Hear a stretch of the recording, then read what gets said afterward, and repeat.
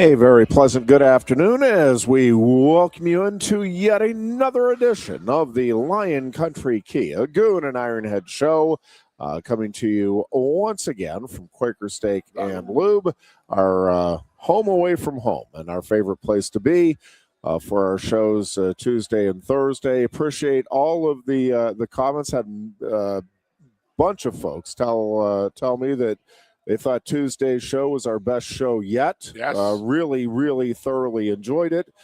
If you missed it, Wow. did you miss the fireworks? Man, it got heated. It got passionate. It was hysterical. I still can't believe you punched that guy. Yeah, and it actually never existed.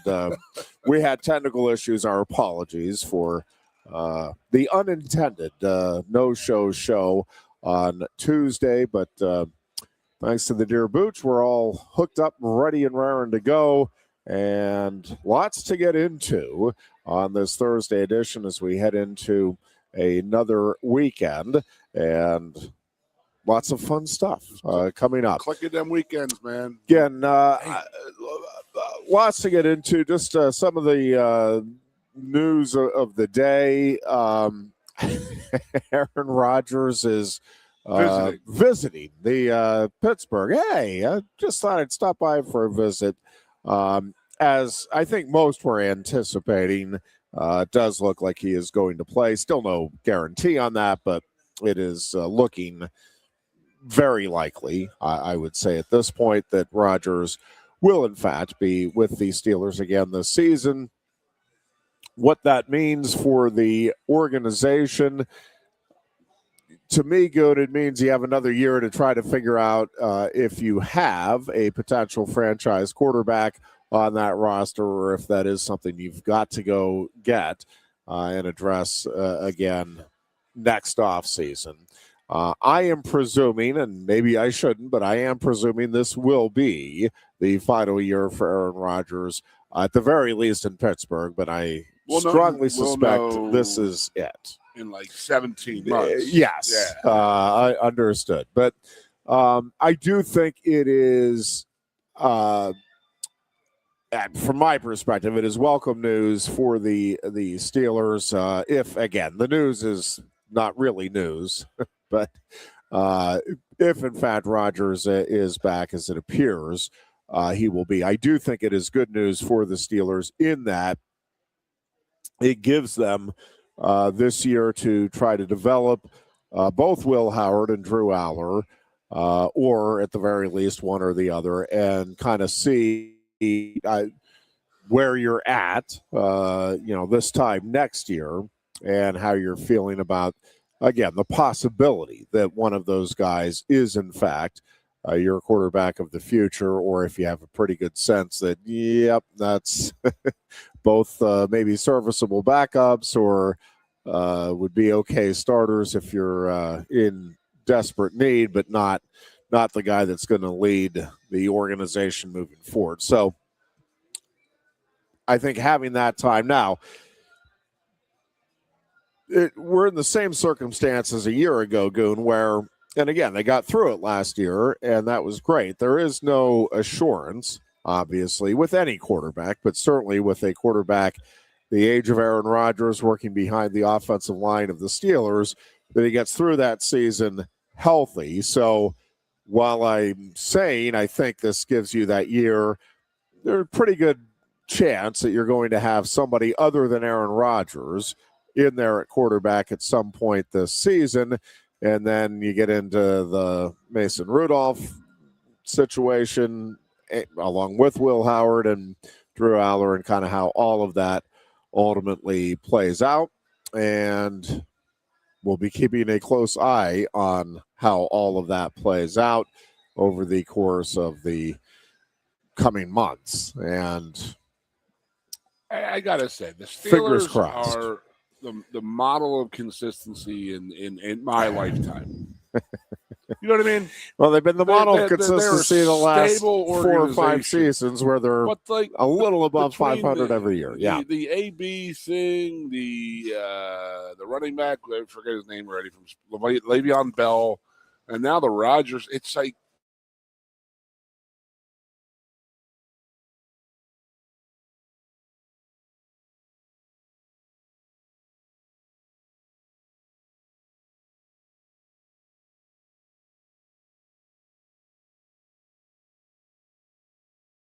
did those blue blood. He was coach of the Packers with Favre doing this at Rodgers, right? Right. Yeah, so he's going through this whole thing again. But the downside is for Mike McCarthy is that he doesn't have an Aaron Rodgers on his bench as that we know of as of yet. Right. You know, and the difference in the Aaron Rodgers and Drew Aller, Will Howard thing is that Aaron Rodgers was a first-round draft pick. He was going to play no matter what. Whereas if Howard or Aller don't make it, it's going to be like, okay, well, we tried. Let's go back to the drawing board. You know, you don't do that to a first-rounder. So they knew Rodgers was waiting in the wings, and is what it is.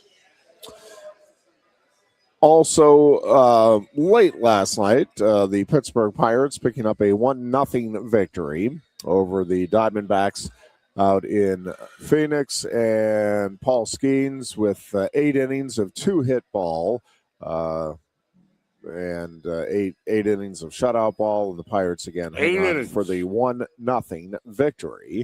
And couldn't allow him to pitch that complete game. Not making up any ground in the National League Central because the Cubs keep getting walk-off victories, and so still a 5-game deficit for the Pirates in the, at least to this point in the season, ultra-loaded National League Central. I do think as the season plays out, you're going to see that change a bit, and I do think the Pirates will remain as one of the teams that is in contention. I think they're built for again, I don't know about getting to the playoffs, but it being in the hunt for it late into the season, provided they stay healthy and provided the bullpen. And again, that to me is still the biggest question mark. Can hold up. Obviously, they've got to get some things figured out with Bubba Chandler and the control, and there's some other issues. O'Neal Cruz, and do you move him to DH? There's a lot of clamor for that right now among the Pirates fan base. Is he real? It's that bad? Well, it's been a disaster, but he is so physically the tools are there. He has so much talent that I think the Pirates hate the idea of giving up on that potential for at least solid defense and the occasional spectacular play, which, by the way, he's had a few of. But, again, he had another misplayed ball in the opening game of the series. They had, and I don't know if it's him or it looked to me in game one that was more Reynolds, because I don't think it didn't appear anyway that it was being called off by Cruz, and it really O'Neal had the better play on it until he gave up on it. So they've had, the miscommunication issues. And again, I don't know how much of that is necessarily pinned on O'Neal Cruz, but they got to get some other things figured out for sure. The base running blunders continue to haunt this organization. I mean, they've gone through different managers, obviously different coaches, different players, and man, they just some of the base running blunders. It just, and another one last night. It's like, I mean, my kiddo is 10 in the Little League, and I'd be frustrated if his team was doing some of the stuff that the Pirates have done so far this season. Just frustrating as a fan, but. Again, overall, obviously a lot more power this year than last year.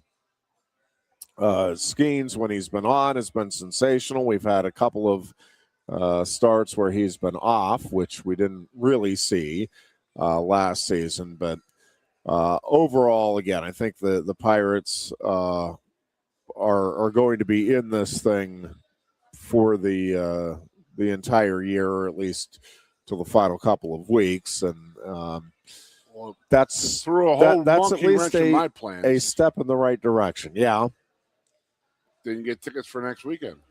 What? Yeah, they won $76 for just getting in the building, and I'm really.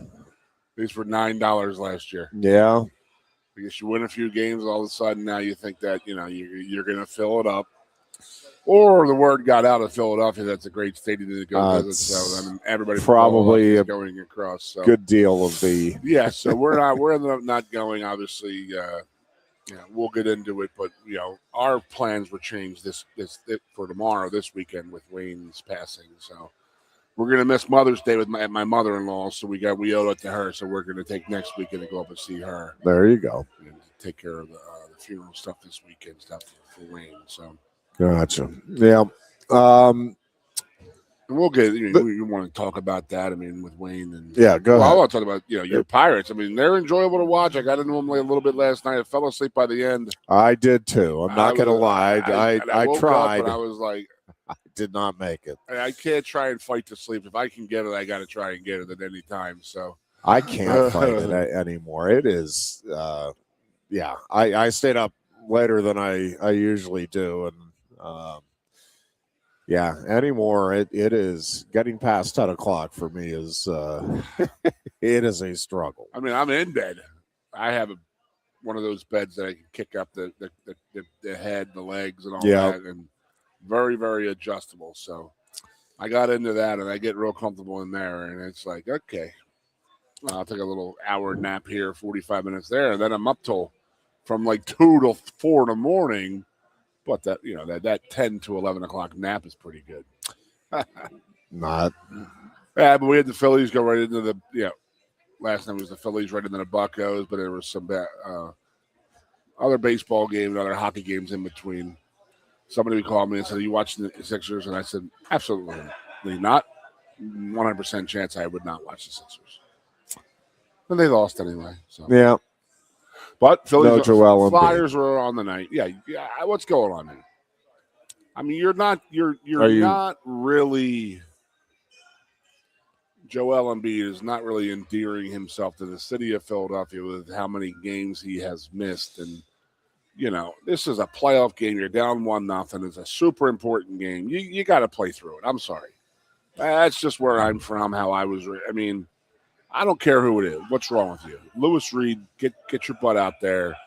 If he's back tonight, then or tomorrow night, why couldn't he have played last night? And I guess a little frustrating as a fan. Yeah.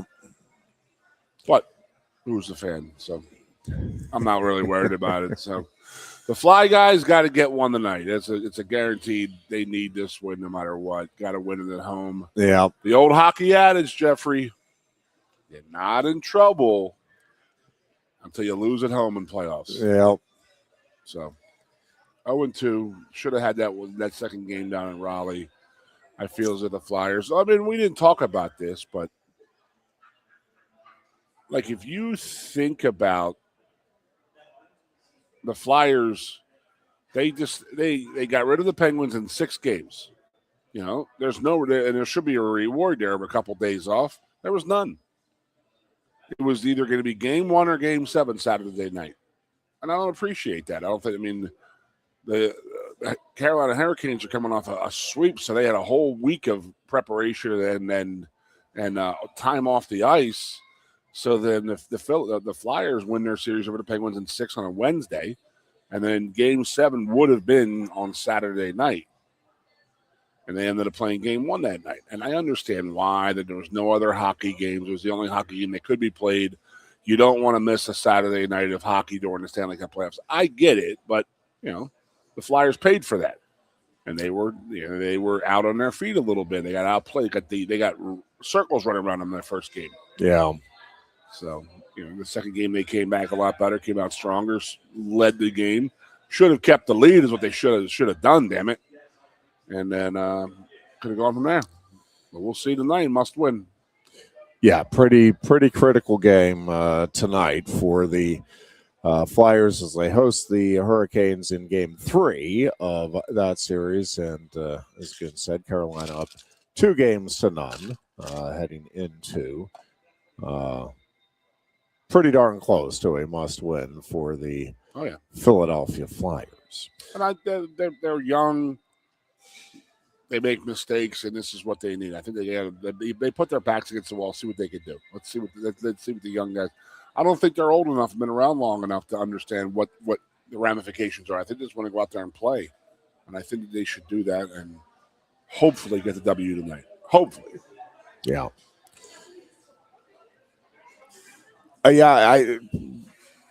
We'll see. Energy should be high in the building, and obviously, if you're Philadelphia, you'd love to get off to a fast start and let that energy continue to build upon itself and keep everybody in the good frame of mind.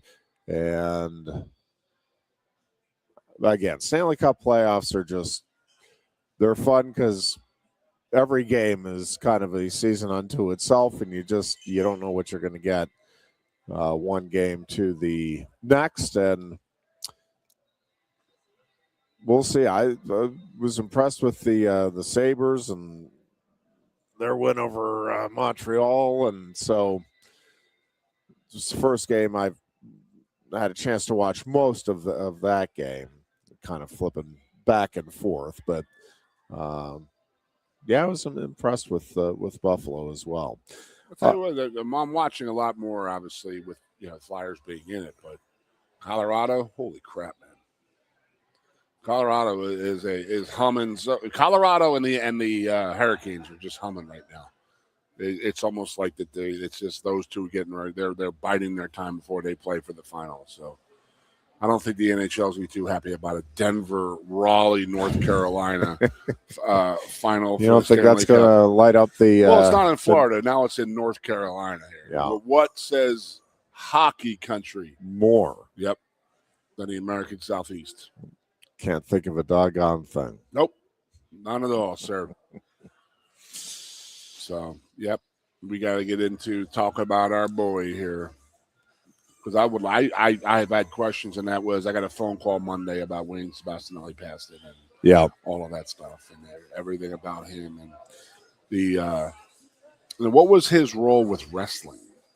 Did he have a role? Or they have their own doctors? Because I know he ran the sports medicine department, but did that reach over to the Olympic sports, or they have their own doctors? Well, you have Martin, right, and all them?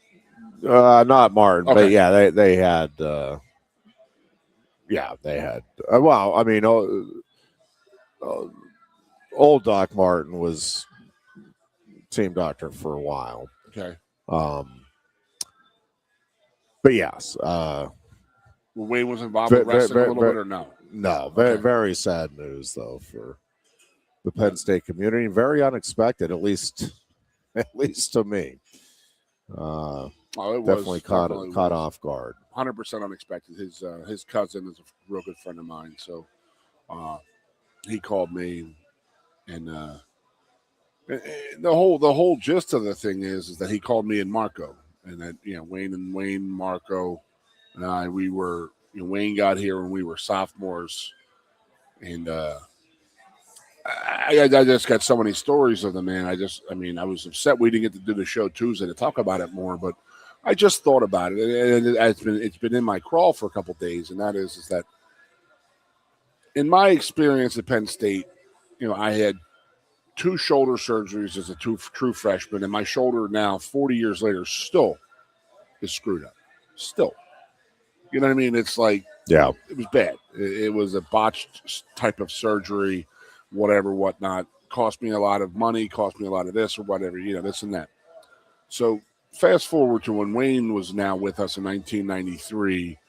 So in 1995, I don't think I had any kind of major injuries that needed surgery until my senior year. But I know Marco had a shoulder surgery and Jeff had a knee surgery, and the thing is that 100% he comforted the athlete. And that was that he gave me comfort in knowing that he was going to take care of me the best he possibly could. And I felt safe and secure in that, even coming off of 2 botched surgeries from my true freshman year. And case in point, with my senior year, I tore my knee up in the Wisconsin game in the second quarter. So going into halftime, he's like, "Hey man, we got to look at this stuff." So he's doing the whole knee check and stuff like that. He's like, I can guarantee you right now, you got torn meniscus. You got no cartilage there. I can hear it clicking. I hear it ripping. I said, all right. So he goes, well, you're done. And I said, are you serious? And he goes, yeah, you're not playing with that. So, and I had played through the second quarter, and I gutted it out. I shouldn't have been playing. So he tells me, and this is maybe, he tells me, go out, no food or drink after midnight. We're going to cut you tomorrow morning. Sunday morning was when I had my surgery. I had to be at the doctor's at 7 o'clock in the morning. And it was a night game versus Wisconsin in 1995. So I'm there. Again, think about where my mind is. I'm coming off of 2 botched surgeries from 4 years before. I am scared. And I'm not as scared as I was until I found this out. And he says, well, here's the deal. He had my mom and my dad and myself in the room. And he says, you have a torn meniscus in your left knee. We don't have the time to do an MRI. Just so you know, if I go in there with this scope and your ACL is damaged, we're going to have to completely repair your knee. So here I am going under anesthesia thinking, oh, my God, yeah. I could wake up with a completely reconstructed knee and my season's over. My draft stock is destroyed, all of this and all of that. And I still went under thinking, okay, well, Doc's got me. That's the mindset I went under with. And I was like, it's okay. I had known Doc for 3 years since then, 93, 94, and 95. So I got to know him very well through that. Again, we had cousins and family that were related. So I had a relationship with him. I loved him. He was a sweet guy. So I went under. I mean, imagine that feeling. And that was, I talk about this feeling a lot, and that was, I felt okay. I felt comfortable with it. And I said, okay, even if my knee is destroyed, I am cool with Wayne Sebastianelli doing this surgery to me. And I know he's going to have my best interest in his heart. And the bottom line is that he came from a profession, which was AKA team doctor, not just a Penn State team doctor. I played on many teams and been around many team doctors. And their job is to get the players on the field. And that's how Wayne acted. He did not act like that. He did not coach. He did not work like that. He would not hear that. He always, always, always had the athletes and patients outside of being sports athletes. He always had the patient's best interest in his heart. Always. And that was why every one of us, you go through all these guys writing their little thank you letters and, condolences to the Sebastianelli family and stuff like that. I got 3 off the top of my head we could talk about. Adam Talaferro. Yeah. I mean, I don't really even need to say much other than I saw the way Adam and Wayne reacted when they saw each other. And I saw him when I was running Letterman's in 2015. Wayne was in there and Adam was in there. And we had a picture at Damon's that we wanted to get rid of and give it to Adam Talaferro. And that was everybody, it was like it was a huge sign of him running onto the field. And then it was autographed by 1,000 people may have came into Damon's for that weekend and said, good luck, Adam, this and that. So we gifted it to him. And Wayne was there. And Adam was telling me this may have been a couple of years later, but he was telling me, like, he goes, I can't look at Wayne without thinking, like, I look at my children and I can't stop to think that if it wasn't for Wayne Sebastianelli, these children would not be here. I would not be married. I would not have my wife. I would not have my children. And that is so powerful to me with what he did with Adam. And that's crazy because, Wayne will be the first one to tell you that, yes, he did put a step ahead type of shot into Adam's neck when he was on the field because he recognized it right away what was going on. Recognized right away that it was a broken neck. So they did a frozen thing into his neck, and that they say, now Wayne will be the first one to tell you also, that wasn't me, that was Ohio State. They had the technology, and they did. They had the medical facility out there to do that. But Wayne recognized it right off the get, what was going on and how time had so much to do with it. And, that's an unbelievable story with Adam and, Adam talking about his wife and kids not being there, him not be able to walk, run, do anything in life had it not been for Wayne Sebastianelli. The other one that hit me pretty good was Devin Still. Devin was true freshman, blew his ACL out. and I've talked about Devin before on this show, on air before, because I was one of the trainers with him. And that was, okay, we got through the ACL. It was a lot of work, and it's a lot of work coming back from that, especially as a bigger defensive lineman. You got to get your speed, your strength, everything back, and your flexibility. So then the first week of camp, the second year, he breaks his leg. He's out a whole nother year. And I'm telling you, Jeffrey, he was so physically and emotionally just done. He just wanted to pack his bags and go, I'm going back to Delaware. I'm done. I can't do it. I can't go through this again. So I was there helping him as a strength coach and stuff like that. But Wayne was the guy right there, who was like, hey, we got this. We'll get through this. And helped him through, because a lot of it is mental. There's a lot of mental that goes into the rehab game. And, and then when Devin said, here I am, I won the Defensive Player of the Year in the Big Ten in 2010 or 2011 or something like that. And he was like, I owed that to Wayne Sebastianelli.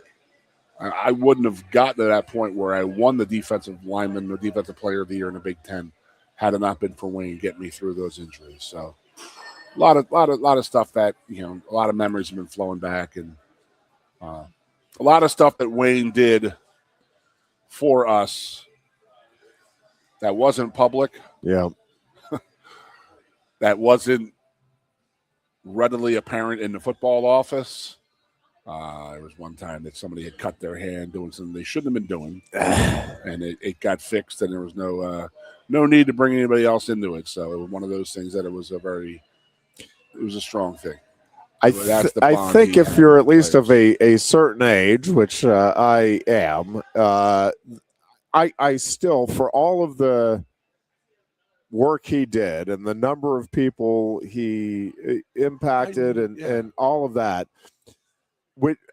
still, when you say Wayne Sebastianelli, the first time that I think he came to public prominence was Kajana's thumb, and I mean the amount of time and attention that from the media I'm talking about that is given to that, but Sebastianelli was terrific and just explaining it, going through everything. I mean.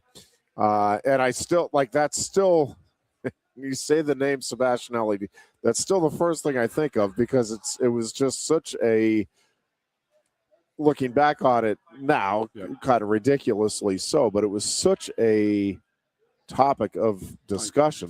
Think about where we were. We had gone, it was our third straight year of being 5-0.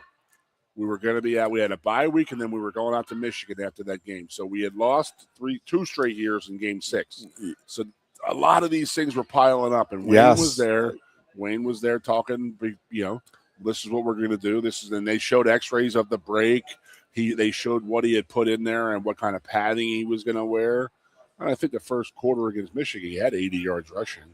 It was one of those things that was just like, whoa. Yeah. This goes from, okay, is he playing? Can he play?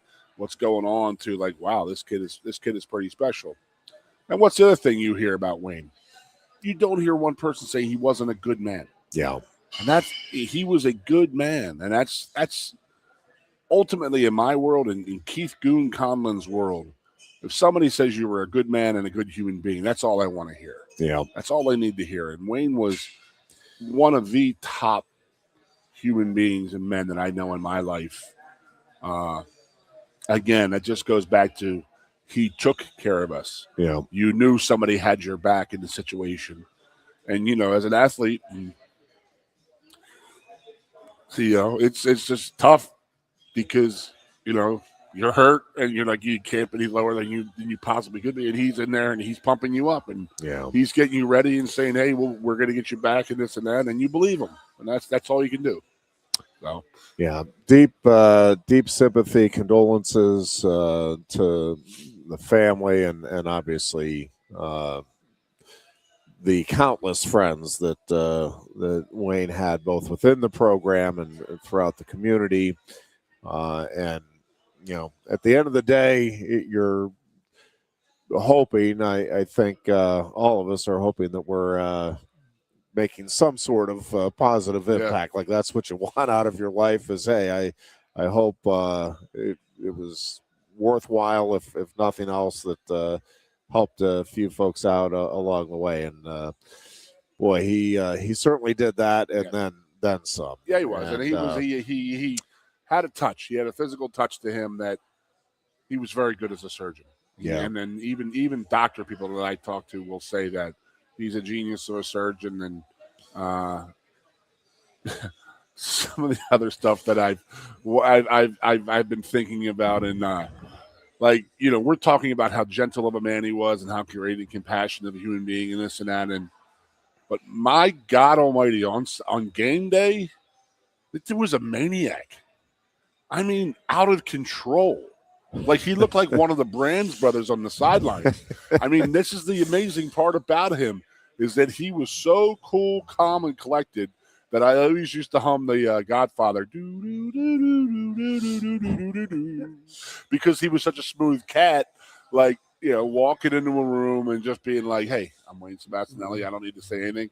I'm a cool cat. But I'm going to tell you right now, on Saturday, on game days, I swear to God, as players, we'd be like, "Geez, Doc, relax. It's just a call, I'm sorry they missed that. That's a hole. He's screaming."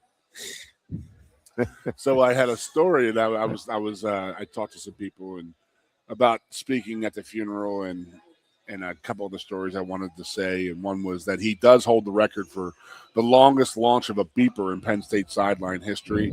I mean, he had a beeper on the sideline in the mid-'90s, and that thing just took a beating. I mean, he smashed that thing at least 10 times a game throughout the game, and it was always like, damn, dude, you could not sit back and look at him and be like, man, this means so much to him. Penn State football and Penn State in general meant so much to Wayne. And he was just wearing sideline referees out, like, for a place that, we all played for Joe, and Joe never lost his head really that much, not on a regular basis. Yeah. 12 out of 12 games in the 90s, Wayne was wearing a sideline judge out, an umpire out, screaming and yelling about this and that, and God forbid it was somebody who actually had a questionable, possible late dirty hit where somebody could have gotten hurt. Oh my God, he was going absolutely bonkers. So I have that story. I have when he did tell me that, hey, we're going to do an arthroscopic knee surgery on you, and then if your ACL's dinged at all, we're going to have to finish. We're going to have to do a complete repair. Yeah. And my mother, who I have my mother's personality. She says, Doc, we love you, we trust you, but I'm just going to tell you, don't F it up. And he was more like shocked that the F word came out in that situation. And then he was like, I got you, Mrs. Connor. We'll take care of this. So, again, making everybody feel comfortable in the room, knowing that he could fix it when he needed to fix it, and he did take care of that. Yeah. Some other stories. I mean, Wayne was, we would go on the road together as the coaching staff, and the night before we'd have a couple beers and stuff like that. I used to just love sitting there talking to him. Everybody did. Yeah. He just had great stories, and we used to kid around that he used to hunt all the time. That he killed this like 77-point deer one time or whatever. It was this monstrosity of like antlers, and we were just literally breaking his chops one time. I think it was at Michigan State, and we were like, well, anybody can shoot a deer that's tied up to a tree, Wayne. Jesus, I mean, you got enough money, they're going to put enough horns on the thing for you. And he was like, all right, I know you're joking, but F you, I worked my ass off. I ran up that hill. I did this. I trekked this. I put more time in, and we're like, okay, cue the deer. And every time I saw Wayne, this is 20 years ago, I would just sit there in his ear and go, cue the deer. Cue the deer. He's like, you son of a bitch, Goon. You son of a... I walked that mountain to get that thing. Just a little inside stuff, a little funny stuff. Yeah. No, and it is amazing the support staff around sports programs, and just like you're saying, the stories they can tell. I mean, the import they have on the programs, but also the stories, and a lot of times they're knowing stuff that coaches don't know, teammates don't know. I mean, there's it's just a different relationship, whether it's a surgeon, a trainer, sometimes Strength even coach. They see you at your lowest moments.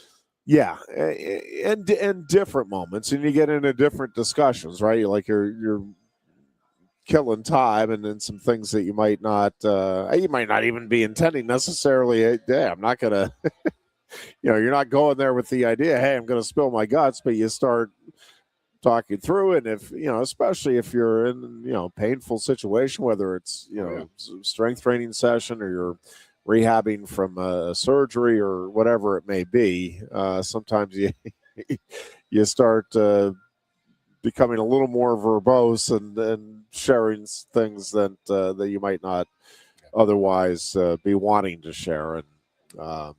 And there's a lot that's of why guys. you have to have trusted individuals there. Not just, obviously you need to be, if you're a surgeon or a trainer, you need to be good at what you're doing first and foremost. But you also, again, you got to understand the situation that the athletes are in, and understand the vulnerabilities there, and be mindful and respectful of that. Yeah, and then I'll give you some more stories, and that is that I'll give you the Marco story, and that is that, again, we had a relationship with Wayne. We were there with 3 seasons for him, and Marco had a shoulder surgery or 2 from him when we were, his junior or senior year or whatever. But Marco goes and plays in the NFL for 12 years.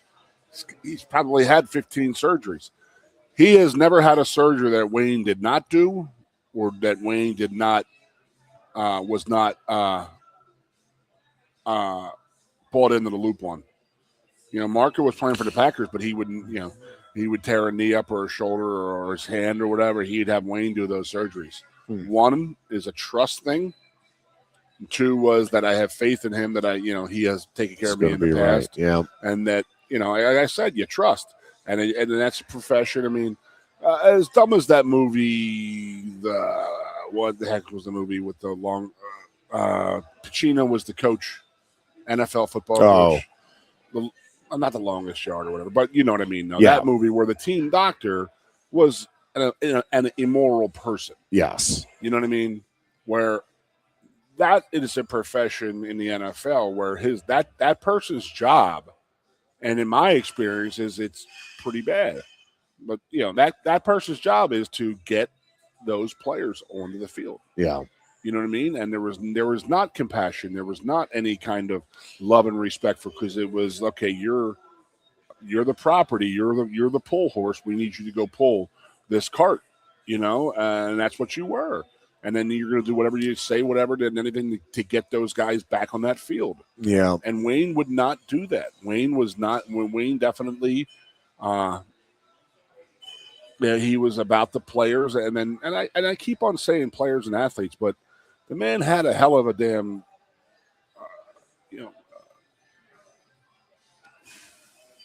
job, and whatever he normally did, what he was doing the sports medicine for outside of the athletes. Yeah. Oh yeah. There was enough people in Center County who know Wayne, and everybody will say that to you, that he always took care of us. He was always, I don't know when the man slept. I swear to God, I always used to see him all the time. Yeah. At all these different events, and he was always with teams and stuff like that, and had relationships with players and patients and stuff. And he was, again, always put the patient first, and as a good human being. He will be very, very much missed. Yeah, I had no question about that. May he rest in peace. We'll take a break here. Lots more to get into here on our Thursday edition. It is the Lion Country Kia Goon and Ironhead show here on Sports Radio 98.7 The Fox. You look a bit nervous, hey? Thierry, what's it like to stand in the FIFA World Cup stadium? Wouldn't you like to know? Just tell me.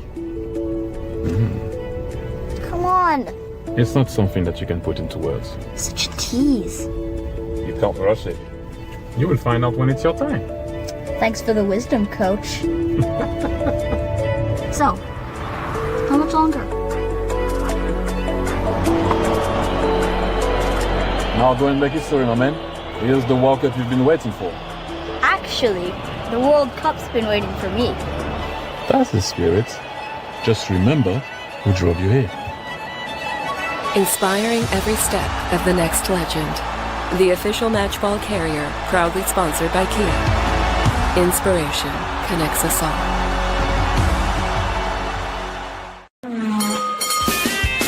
If you love wings, if you love rings, and all kinds of other tempting things, great times, great food, get to Quaker Steak Lube. Get our Best Wings USA signature sauces, mouth-watering appetizers, or any of our delicious award-winning lube favorites. Great times, great food, get to Quaker Steak Lube. I'm the Modelo Recruiter, and I'm looking for fans with good hands and great speed. The ones who stay focused and never miss a play. They go the distance on game day, even when their team is away. I'm always watching, always looking to reward more full-time fans. Because football isn't really football without you. Lusk & Associates Sotheby's International Realty proudly presents the introduction of our new State College office at 314 South Borough Street in State College. At Sotheby's International Realty, we advertise locally, nationally, and internationally, bringing the best of advertising and promotion to each and every one of our properties, big or small. Call now. A lot has changed about State College. One thing that hasn't is W.C. Clark's Coffee Roasters on 234 East Calder Way. 30 different varieties of specialty coffee beans sourced from over 25 countries and roasted with love each morning in Happy Valley for over 45 years. They'll ship their fresh roasted coffee from their doorstep to yours. Order online at statecollegecoffee.com. That's statecollegecoffee.com. Hi, welcome to Timberland Federal Credit Union, a financial cooperative for its members, tracing all the way back to 1973. Experience Timberland Federal Credit Union, where you're greeted with a smile and financial solutions are tailored to your unique life journey. Here, we're not just financial professionals, we're your neighbors, people invested in your financial needs, literacy, and empowerment. Your dreams matter to us, whether they're about buying a home, growing a nest egg, or embarking on new adventures.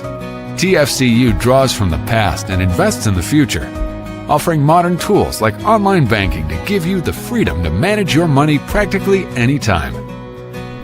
Additionally, we're passionate about giving back both time and resources because enhancing our community is at the core of why we're here. Visit TFCU in person or online to learn more about our services and apply for a membership today. WFXX, the Fox, your sports radio. Broadcasting live, loud and proud from Central PA's Sports Authority, WFXS America. 98.7, the Fox, State College. And back here on a Thursday afternoon,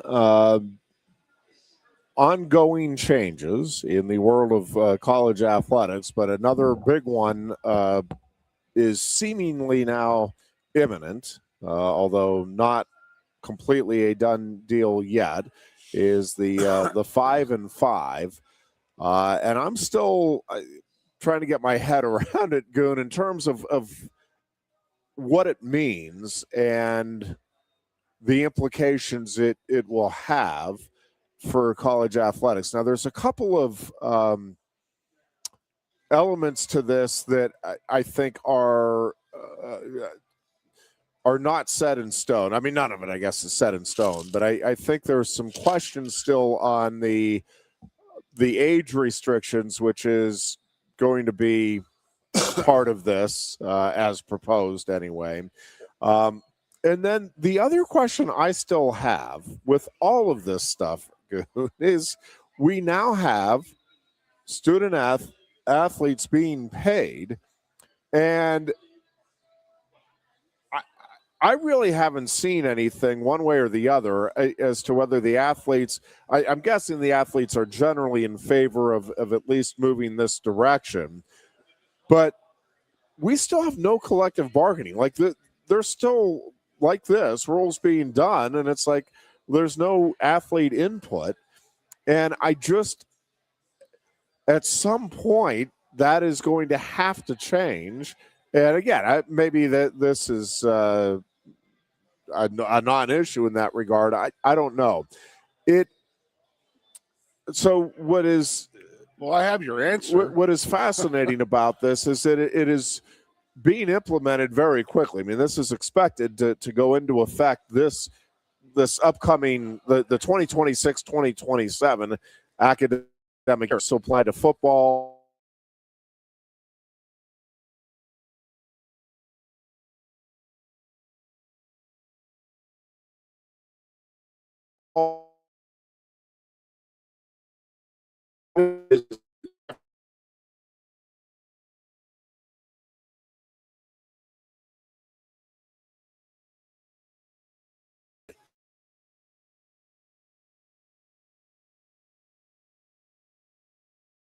What I nothing's gone against the players in the last 5 years. Nothing has been asked of these players that's been like, well, you guys got to give this up. No, it's all about like, hey, we're giving you this now. Now, is that going to be enough in 10 years, or are they going to come back? And that's when they're going to need collective bargaining, saying, well, we never agreed to this, and that's probably what's going to happen. It's just the whole aspect of everything that's going on. Just think about that check that Penn State got last week, $90 million, $89 million. I want to know what is that for? Do you know?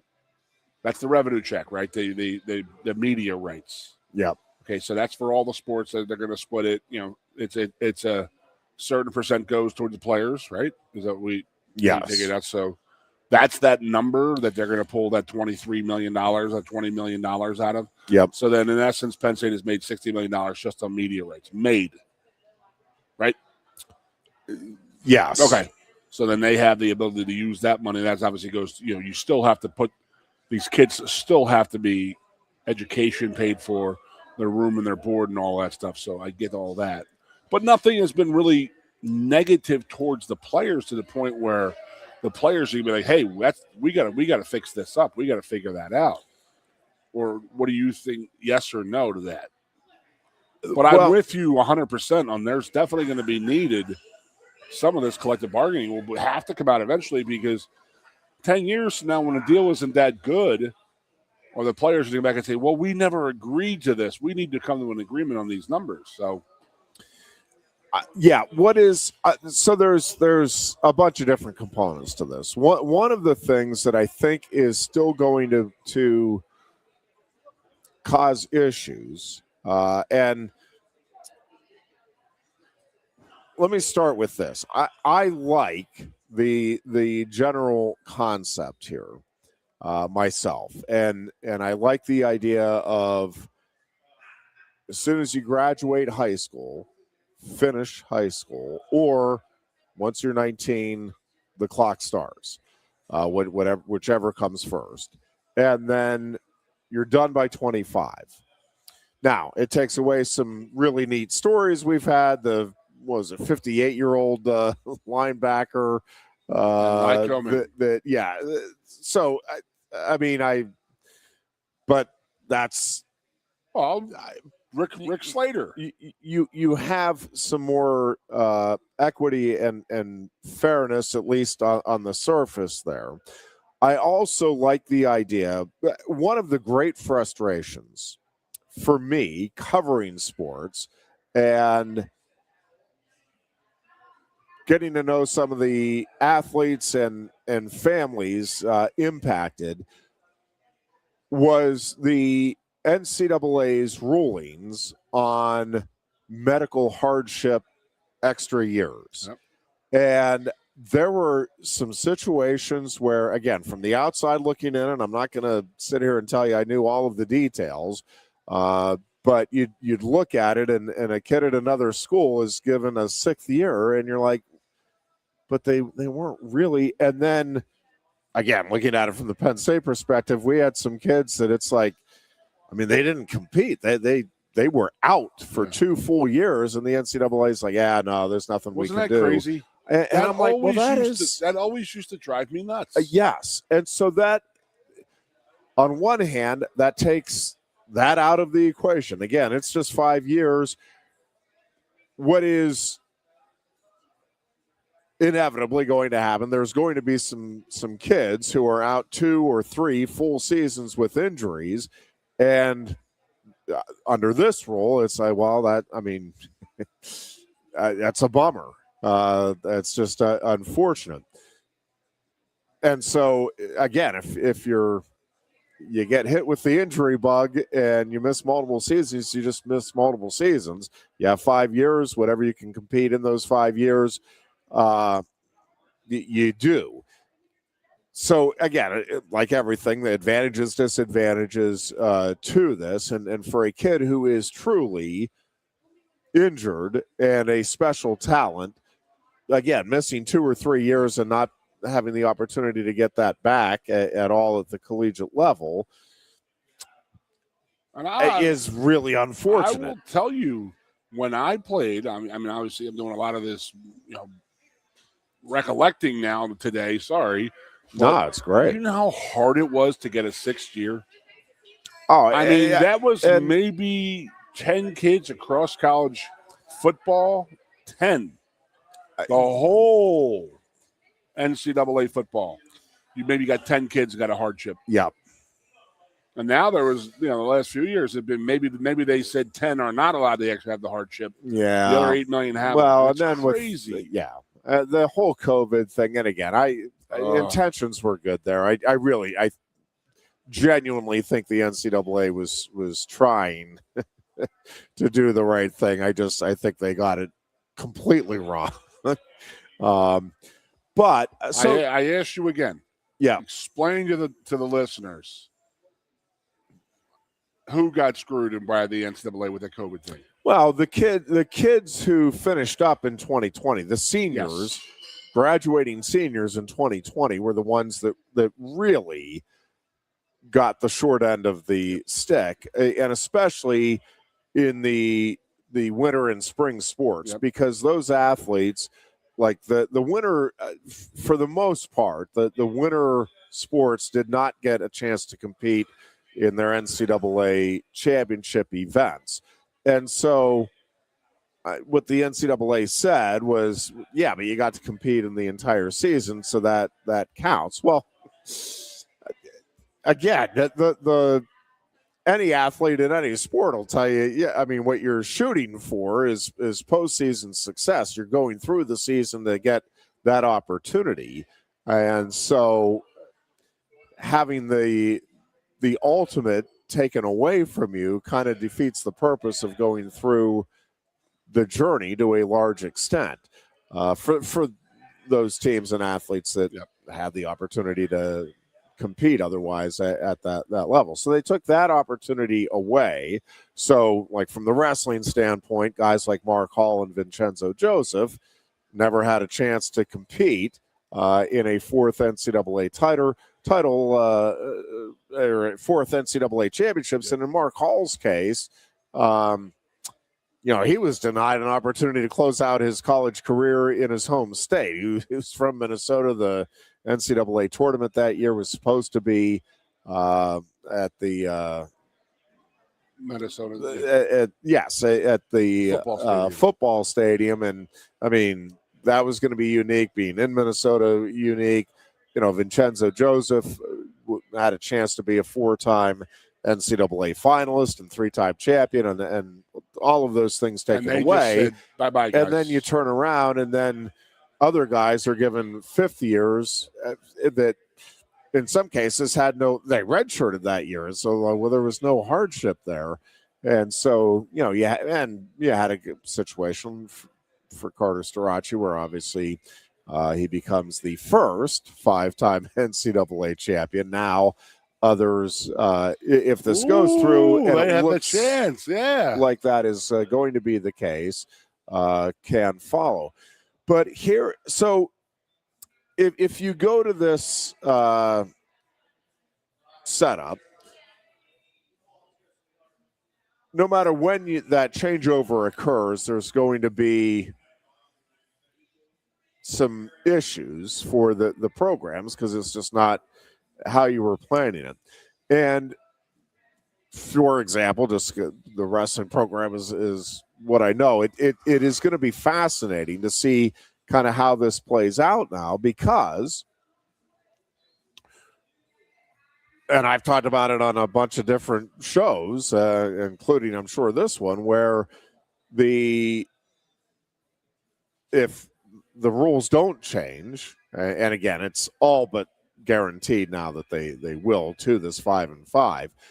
But up until that, it's like, man, Penn State has a lot of flexibility here with the red shirts in terms of what they can do at 133 and 141, and then 157 through 174. Now, there's still a lot of flexibility there in terms of names that could be in the lineup, but if you're taking away, and that's what this would do, the 5-5 takes away redshirting. Redshirting isn't a thing anymore in college athletics. It's just you show up. Now, a coach and an individual can agree, hey, we think it's best for you to work on this and get a little bigger or do this or that. That's, you obviously can do that. But in a sport like wrestling, especially, where it's like, hey, you're truly going to see teams go with their best lineup every single year. And that isn't always, you may say, well, that's what you should always be doing. Well, yes and no. Again, if you have a great freshman class coming in and there's a team out there that has a senior loaded lineup, it's like, well, man, if we redshirt these guys, then next year we could be so. And, there's different strategies involved as well in trying to figure out best places for guys in the lineup. And again, there was a lot of speculation that PJ Duke, maybe would use this as a transition year in terms of going up a weight class. You put Kasak in. Well, now, again, it's everybody can compete.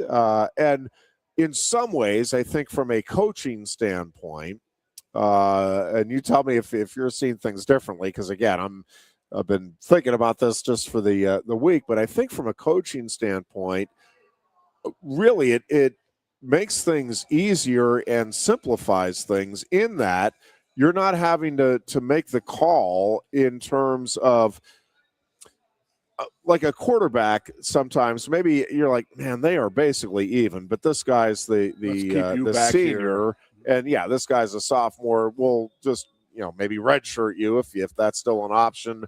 Or now it's now it's, hey, if you're, truly without a question, if you're the best guy, we're going to put you out there. Now, there's still some subjectivity, obviously, that comes into that with the coaches in terms of, hey, I think this guy's a better goaltender, or I think this guy's a better running back, or I think all of those things. And, that's always been part of the process.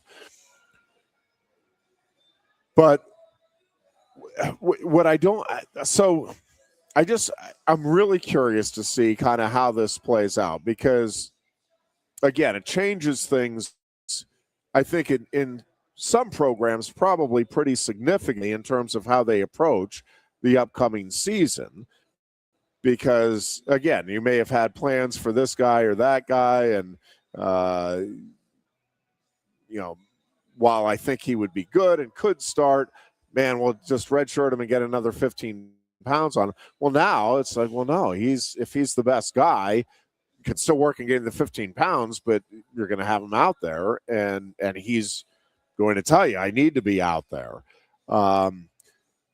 So I don't know. It is just such a different concept, and the redshirting has been such a big part, and I'm not, for better or worse or whatever, it's just been a big part of college athletics, especially at the bigger schools, the D1 programs, that I think it's going to take a little bit of just kind of reprogramming in the minds of the coaches, especially of, all right, we're recruiting this guy with the idea of, let's see what you can do all 5 years that you're here. And you're going to be doing that with everybody that you recruit, which wasn't necessarily always the case. You take some guys. Now you can still take those guys. Again, there's nothing, it's not that you have to start all 5 years, right? Like you're still going to have plenty of guys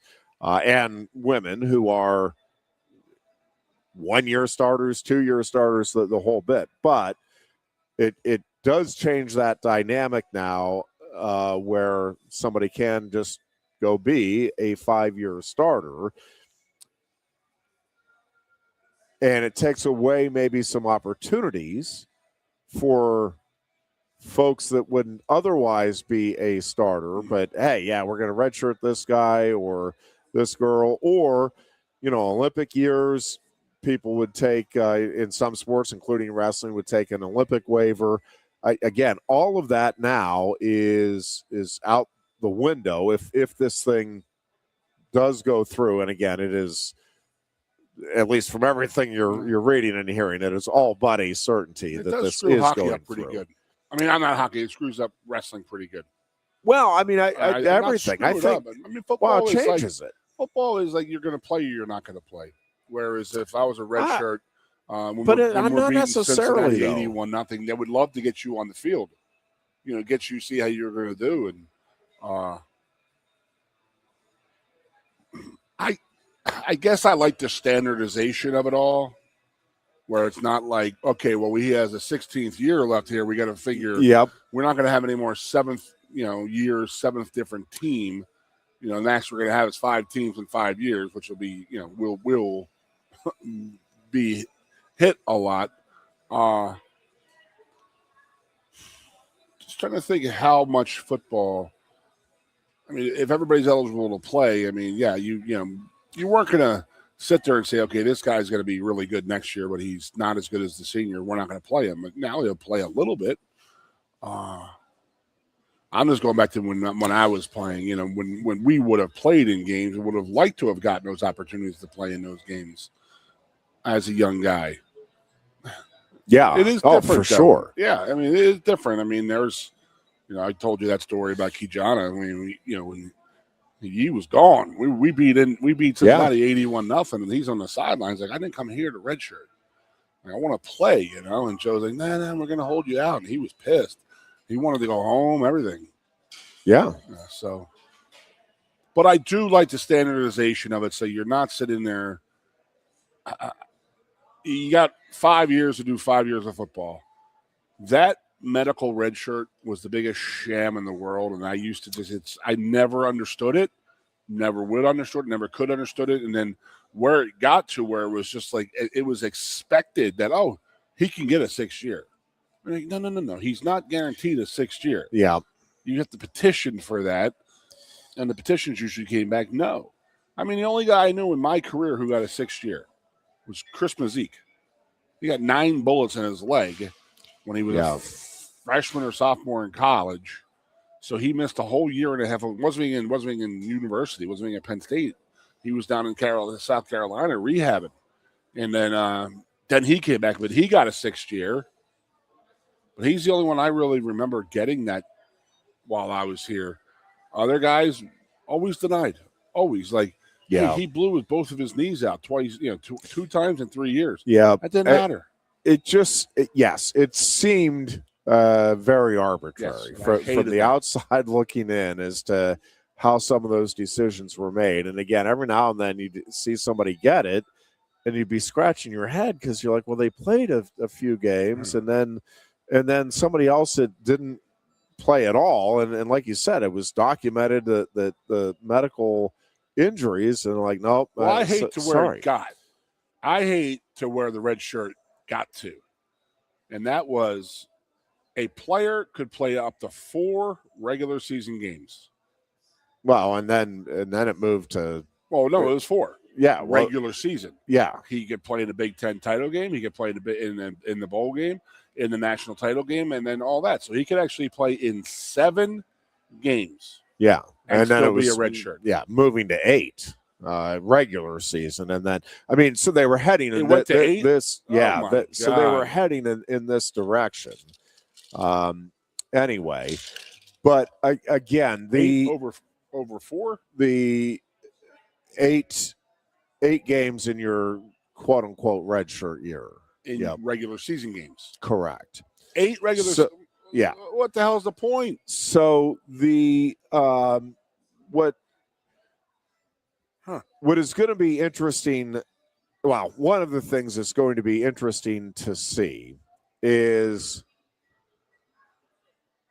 how much, because also with this, supposedly they are tightening up, whatever that means, on the transfer portal tampering that everybody knows is being done now, where you're, legally, you are not allowed, legally by NCAA rules, not federal law or anything, but you are not allowed to be reaching out to an athlete on another team that's with another program until or unless they have entered the transfer portal. And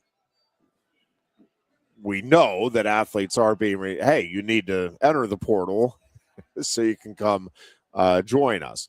Now, exactly what that means, tightening up on that and the impacts of it remain to be seen, because, again, I think this takes away some opportunities for guys to compete at the programs that they're in right now because of the other individuals who are in their class, or maybe a year ahead of them, or even coming in a year or two after you if they're coming in and they're the superstar. I'm really curious to see how this plays out. I think, and I'm open to have my mind change, I think I am generally in favor of this, because I do think it makes it cut and dried. It's not, you're not needing to figure out why the NCAA granted this and didn't grant that. It's just, hey, you have 5 years.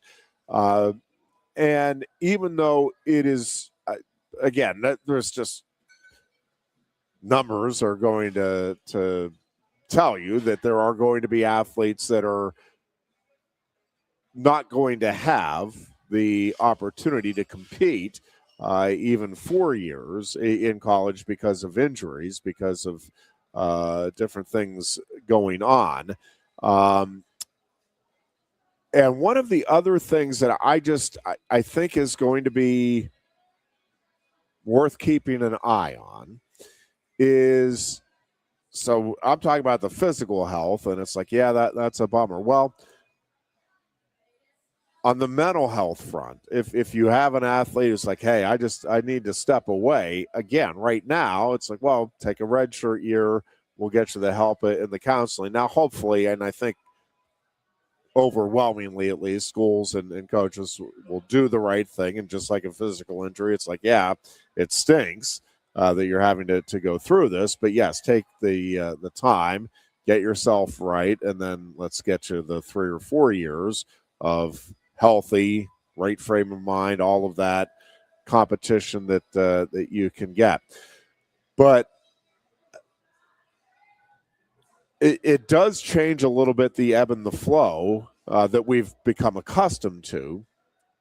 And now, again, it just changes it by a year instead of that 4 years of eligibility in a 5-year cycle. Now it's 5 years, which, again, maybe lessens the need for a given recruiting class, right? Like, the idea was always, hey, we've got to stockpile this and that.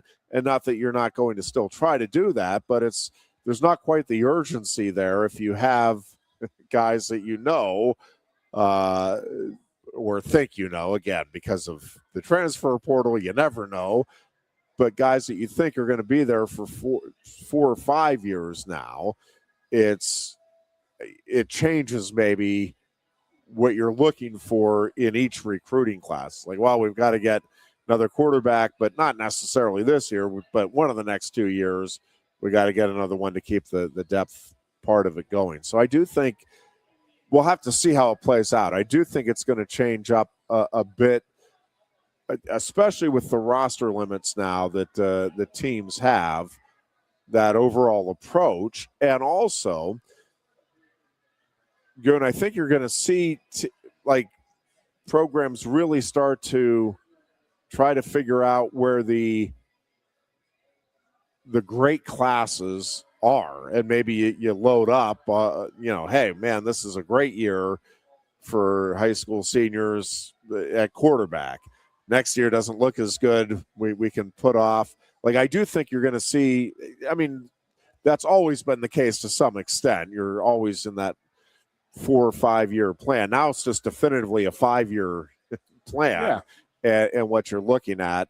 And maybe it's not definitive because, again, some of these guys are going to go pro after still 3 years, 4 years. I think the football is okay. I mean, I know that wrestling, their red shirts were always a little wonky, where they could have redshirted in the Olympic years and stuff like that. I mean, that's going to affect you guys more than anybody. Yeah, although I think we're seeing more and more. I think guys are starting to recognize. We have had, we being USA Wrestling, has had more success with guys who have competed in the college season and then rolled into the World Championships and or the Olympics, where I think it just there is that carryover. You get into that flow, you're feeling good, nature. And yes, and I think all of that. I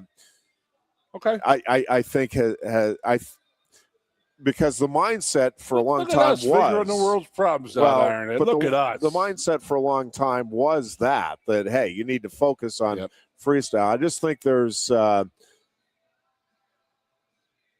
I think there's more similarities now in terms of the tools needed. Obviously, the mat wrestling is still substantially different, but I think you can work on that, and I think there's recognition that, hey, yeah, you can work on both freestyle and folk style mat wrestling all throughout the year. Like, it doesn't have to be, hey, I'm just doing freestyle because that's what we do over the summer, or I'm doing just folk style because that's what we do over the winter. You can continue to work on both throughout the year, and the takedowns and the setups and all of that carry over pretty well. All right, we're going to take a break here, and we will continue. It is our Thursday edition of the Lion Country Kia Goon and Ironhead show here from Quaker Steak and Lube. You look a bit nervous, eh? Thierry, what's it like to stand in the FIFA World Cup stadium? Wouldn't you like to know? Just tell me. Come on. It's not something that you can put into words. Such a tease. You can't rush it. You will find out when it's your time. Thanks for the wisdom, coach.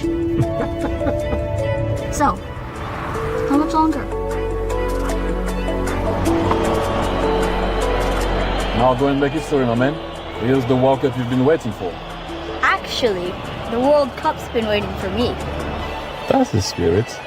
Just remember who drove you here. Inspiring every step of the next legend. The official matchball carrier, proudly sponsored by Kia. Inspiration connects us all.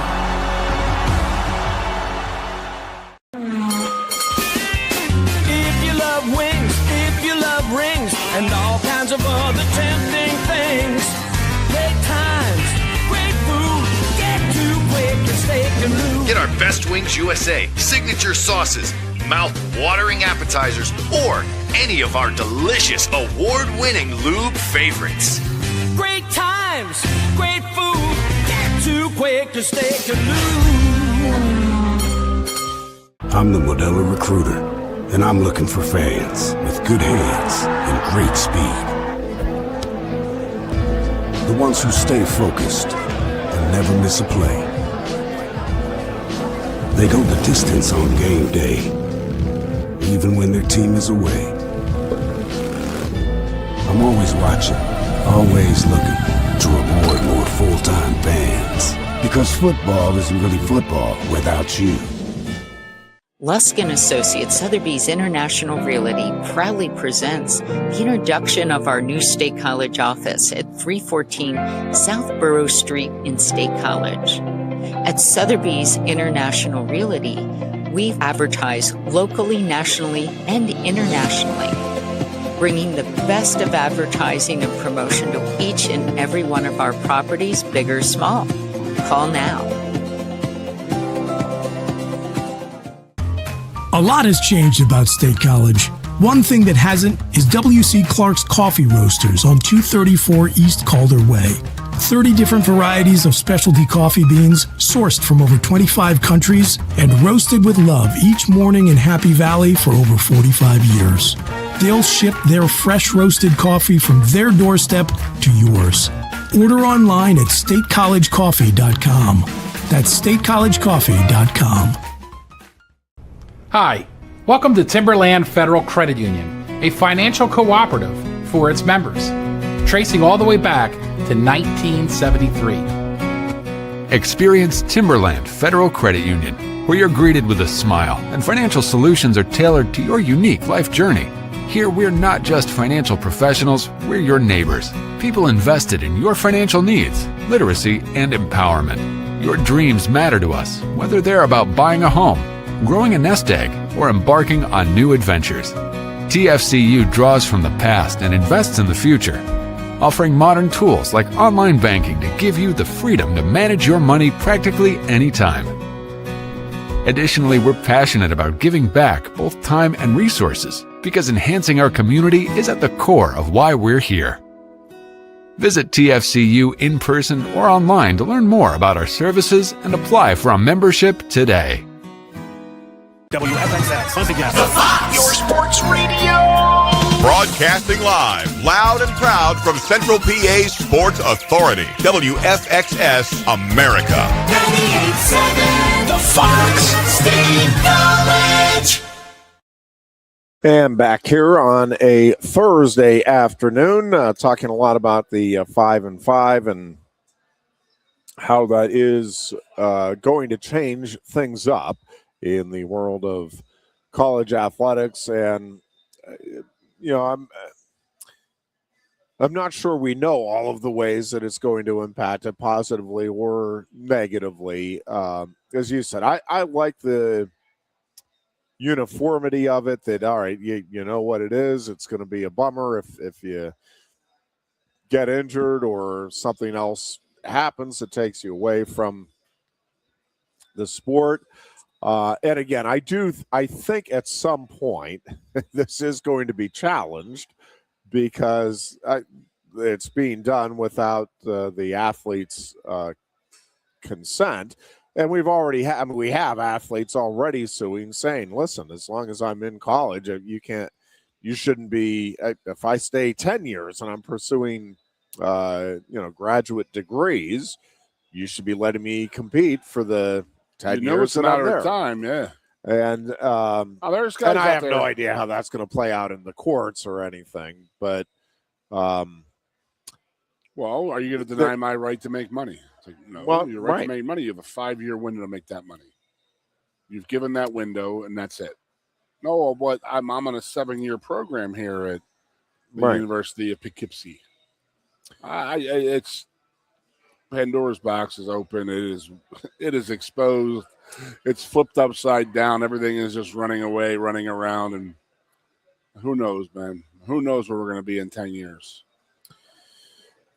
Well, yeah, and listen, in some sports, so this is the other part of it that I think is just going to be fascinating, is like football, basketball, and hockey. I don't, maybe a little bit in some other sports, but those three, I still think it's going to be a challenge trying to project your long-term lineup because Gavin McKenna comes in for a year at Penn State. A sensational quarterback, maybe is there for 3 years still at Alabama or Penn State or those types of schools, and basketball even more so.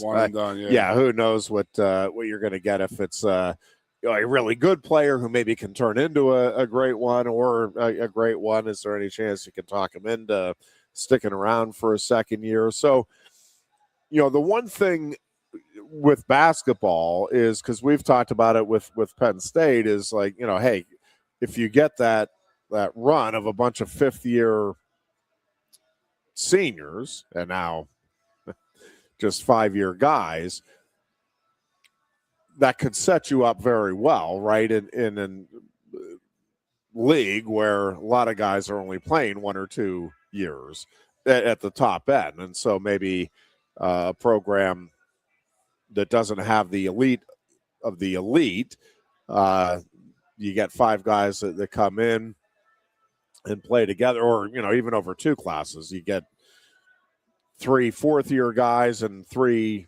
or 4 fifth-year guys, and maybe you can go out and beat a team that has more talent, that has a bunch of freshmen and sophomore superstars. But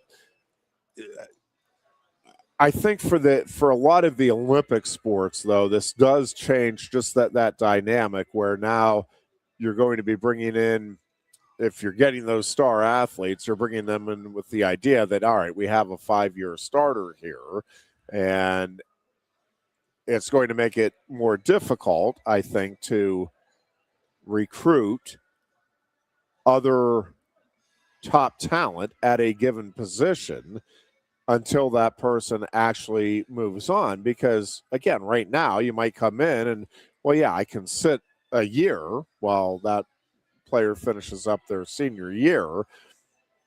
I don't know that as many of the top end talent folks are going to be willing to sit a year if they now have 5 years of eligibility. It's like, what do I want to give one of those up? And especially when I know the transfer portal is there, I can go play a year.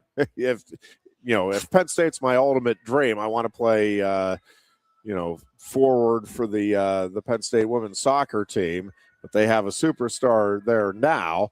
Well, I'll go play at wherever, University X, for a year, get that experience under my belt being a starter, and then come in and still get 4 years of starting at the school I wanted to go to, or 3 years, whatever it may be. I don't know. It's still a mess, college athletics, I mean, and they still have a lot of things that they've got to figure out and clean up and work out with the student athletes. But I do think overall the 5-5, I think I'm in favor of, and I think I'm good with it. Yes. But it does change the dynamics, especially for these next couple of years, because a lot of these programs were bringing athletes in with the idea, hey, we know you're going to redshirt this year, or we think we're going to use you, that freshman year and then redshirt you the following year. Well, now all of that goes out. It's just, hey, who's the best individual we have at each position, and we roll with it. And if injuries occur, next man up, next woman up, and we keep flying that way. And it's just crazy. Yeah, but it's also, again, from a coaching standpoint, and I'll have to reach out. I really haven't talked to any coaches yet about this, but I think this makes overall life easier for them, right? Because, for example, if you had an athlete previously who got hurt 3 games into the season, and you're like, we think that this person's going to be able to be back by the postseason, but we don't know for sure. Yeah.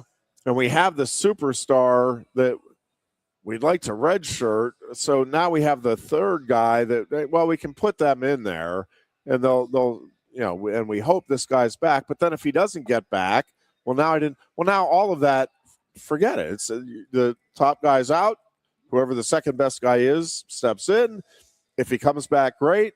We'll have the competition at that point. If he doesn't, fine. Like, it takes out the and it wasn't that it happened all the time, but there were tough decisions that had to be made sometimes on, oh man, I don't know if I want to yank this guy's red shirt or not. And again, it's part of why the NCAA was acquiescing the way it was. And this does seem like the next natural step where it's like, hey, no, why are you? And I think that they wanted to draw that line at 5 years to say, all you guys are going to try and sue here to be here for 6, 7, 8 years, like these guys are doing right now. That stops now. Yep. You get 5 and 5 to do it.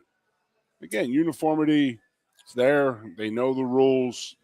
Doesn't change the transfer portal. There's still going to be 5 years, 5 and it's going to be, it'll be interesting. So let's get back to the portal and saying the tampering thing. Yes, I completely agree. There shouldn't be tampering going on. But how the hell does the guy know he should dabble in the – so what? These athletes now have sports agents. Are they calling the agents? Well, this is the thing. I don't know how you – I'm not sure what the NCAA's plan is. Again, they're saying they're going to tighten up. I don't know exactly what that means, and I still don't know. Again, athletes can still communicate with each other, and how are you going to make the determination as the NCAA or any governing body, investigative organization? How are you? I don't know where exactly how the tampering rules are written. For example, if I'm the head coach and I'm like, hey, Bobby, I know you know Johnny over there with the high school. You do see that we have a need for forward, right? Well, is that – and then Bobby calls Johnny and says, hey, we have a need for forward. Well, is that tampering or is that two buddies talking? And if the coach doesn't say anything, does Bobby not recognize that? And so I don't know – I mean, do I want the so-called tampering cut down on? Yes, and also I don't know how. And again, to a large degree, I'm not even sure that in a lot of these cases the tampering is necessary. Like I mean, guys see where needs are, and they have dreams, and in women's basketball, do you want to be part of the UConn program if you get that opportunity? Most kids, yes, right? I mean, so if you see that their point guard just got hurt and you're a great point guard, well, are you not putting 2 and 2 together? Now, maybe you don't know if you're good enough or if you're going to fit in and you want to find out from the coach before, if that's the one place I want to go. But the way you can do it right, I mean, that you can go into the transfer portal and then Gino Ariano tells you, no, you're not our type. And it's like, okay, I'm coming back to the school. And if you're that caliber of player, presumably the school will say, okay, welcome back. I wonder how many of these guys and girls are transferring to schools that were finished second, third on their list, where they have some kind of background there, they have a visit there, they have the knowledge of the school, and it just didn't work out at school A, so now you got to look at B and C.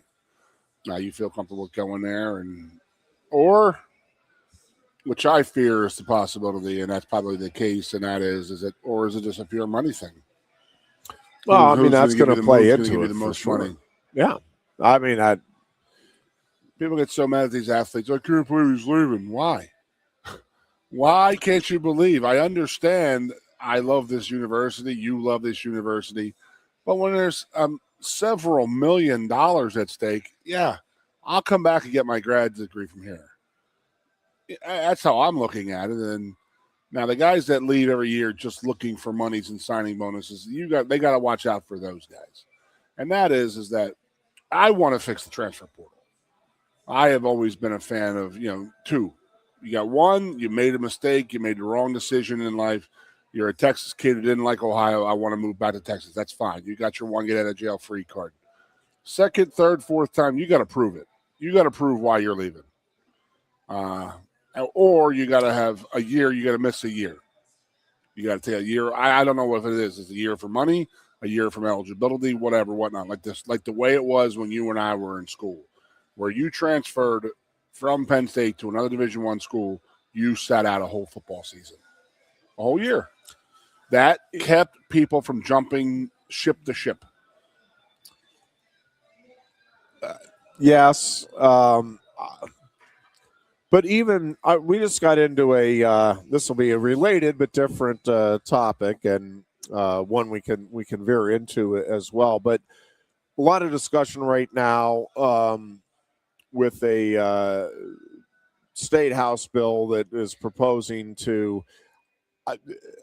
I think the PIAA already has the authorization to separate public schools from non-public schools, or boundary schools and non-boundary schools, as they like to use as the current terminology. But this House bill would make it absolutely definitively clear, yes, the PIAA has that right and ability, and then it's up to the PIAA to decide what to do. But this is another one where I understand what you're saying as far as the transfer portal, but the other side of that, like at the high school level, if the PIAA determining whether a family moved into an area, quote unquote, legitimately or not, what business is it of the PIAA? And again, this is just my opinion. If a family wants to move to a location and they like the coach, and that is the driving force, okay. Again, to me, okay. Well, now it's skewing the competitive. Well, yes, but it's going to be skewed no matter what. And if a kid is wanting to come into a different district and the family is willing to make that happen and doing whatever, well, we've got to determine whether this is a legitimate job. Well, it's a job offer, and they took it. Like, who are you to, whether or not it was or wasn't driven initially by the pursuit of athletic coaching? Again, to me, and again, that became, I think, very arbitrary as well. It's like, well, this kid was ruled eligible, this kid was ruled ineligible, and you're looking at it, and you know the background of the case. It's just like, well, they're the exact same situation. Why are you ruling in favor of this kid? And the belief was politics played. Oh wow, this guy knew this guy, and that coach knows this director, and well, that's. Again, if a kid wants to move, and to some degree, and I understand what you're saying, Goon, but if you go to a school, and there are non-athletes, right, that go to 4 colleges over 4 years because it's like, man, that didn't feel like the right fit, or you had a problem with a given professor or a given again, there's a lot of different things that play into it. So on one hand, I don't like the idea of, yes, just all right, I'm chasing the money, I'm going to get a higher offer here, higher offer there. On the other hand, if a kid wants to leave a school, I'm not sure why a governing body is stepping in and saying you can't do it without some sort of a penalty, whether it's because they want a better offer or because their girlfriend moved to a different school or they met a girl and now she goes to that. What I mean, the gazillion different reasons that people have for wanting above and beyond money. But even if it is money, I don't like it. I find it distasteful.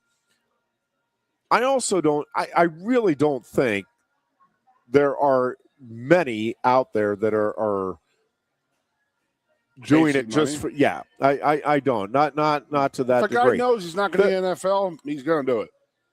But I mean, and again, I'm not saying that they don't exist. Right. I think most people, if they're in the ballpark, like you want to.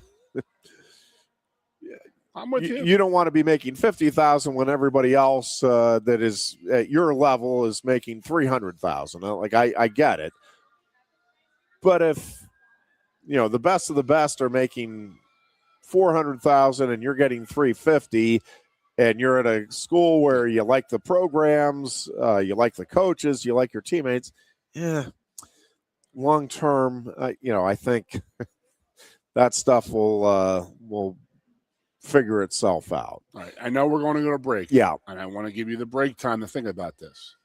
You know me, I'm a non-boundary guy, LaSalle College High School. Right? Yep. I completely 1,000,000% agree that there should be 2 different state titles. Yeah. I really, truly do. Now, this is what I'm going to give you some time to talk about. Why was this not a problem until the Philadelphia schools got invited? Well, it was. It just wasn't. It wasn't so brought up. I mean, you're right. It wasn't discussed the way it is. But there were complaints. Again, they were maybe more subtle, more quiet.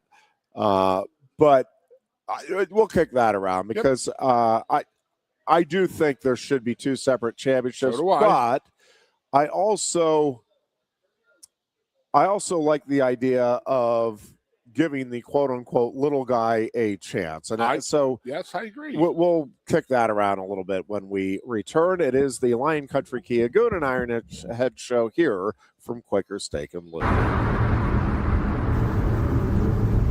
You look a bit nervous, hey? Thierry, what's it like to stand in the FIFA World Cup stadium? Wouldn't you like to know? Just tell me. Come on. It's not something that you can put into words. Such a tease. You can't rush it. You will find out when it's your time. Thanks for the wisdom, coach. So, how much longer?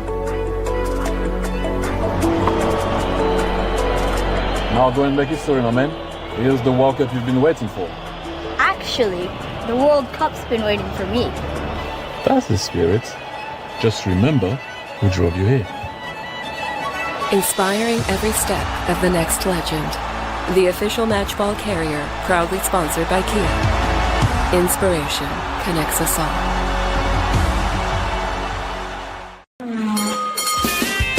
If you love wings, if you love rings, and all kinds of other tempting things, great times, great food, get to Quaker Steak Lube. Get our Best Wings USA signature sauces, mouth-watering appetizers, or any of our delicious award-winning lube favorites. Great times, great food, get to Quaker Steak Lube. I'm the Modelo Recruiter, and I'm looking for fans with good hands and great speed.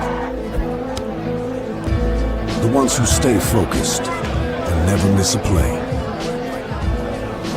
They go the distance on game day, even when their team is away. I'm always watching, always looking to reward more full-time fans. Because football isn't really football without you. Lusk & Associates Sotheby's International Realty proudly presents the introduction of our new State College office at 314 South Borough Street in State College. At Sotheby's International Realty, we advertise locally, nationally, and internationally, bringing the best of advertising and promotion to each and every one of our properties, big or small. Call now. A lot has changed about State College. One thing that hasn't is W.C. Clark's Coffee Roasters on 234 East Calder Way. 30 different varieties of specialty coffee beans sourced from over 25 countries and roasted with love each morning in Happy Valley for over 45 years. They'll ship their fresh roasted coffee from their doorstep to yours. Order online at statecollegecoffee.com. That's statecollegecoffee.com. Hi, welcome to Timberland Federal Credit Union, a financial cooperative for its members, tracing all the way back to 1973. Experience Timberland Federal Credit Union, where you're greeted with a smile and financial solutions are tailored to your unique life journey. Here, we're not just financial professionals, we're your neighbors. People invested in your financial needs, literacy, and empowerment. Your dreams matter to us, whether they're about buying a home, growing a nest egg, or embarking on new adventures. TFCU draws from the past and invests in the future, offering modern tools like online banking to give you the freedom to manage your money practically anytime. Additionally, we're passionate about giving back both time and resources because enhancing our community is at the core of why we're here. Visit TFCU in person or online to learn more about our services and apply for a membership today. WFXX, once again, the Fox, your sports radio. Broadcasting live, loud and proud from Central PA Sports Authority, WFXS America. 98.7, the Fox State College. And we are back here at Quaker Steak and Lube on a Thursday. It is the Lion Country Kia Goon and Ironhead show. All our different timetables on the we screwed ourselves up. I messed up your lunch pattern. Oh, we're all good. You never had lunch this late. You usually It's done the delicious. first segment. Doesn't matter when it is. Seabass, me going overboard on easy. Seabass got you screwed it all up for you. All right, we're talking a little bit about the idea of there's a few things that I think they need to rearrange. PIAA. My opinion with the scholastic sports scene in Pennsylvania. And one is, yes, I do think they need to have separate championships for the so-called boundary and non-boundary schools, the public versus private, i.e. the schools that can basically recruit and get the best of the best to come in versus the schools where it's just, hey, whoever's happens to live in our area code, that's what we go with. And you know, smaller schools in particular, I think there is certainly the separation still at the larger schools, but it is really noticeable with the smaller schools, the single A or triple A schools, because again,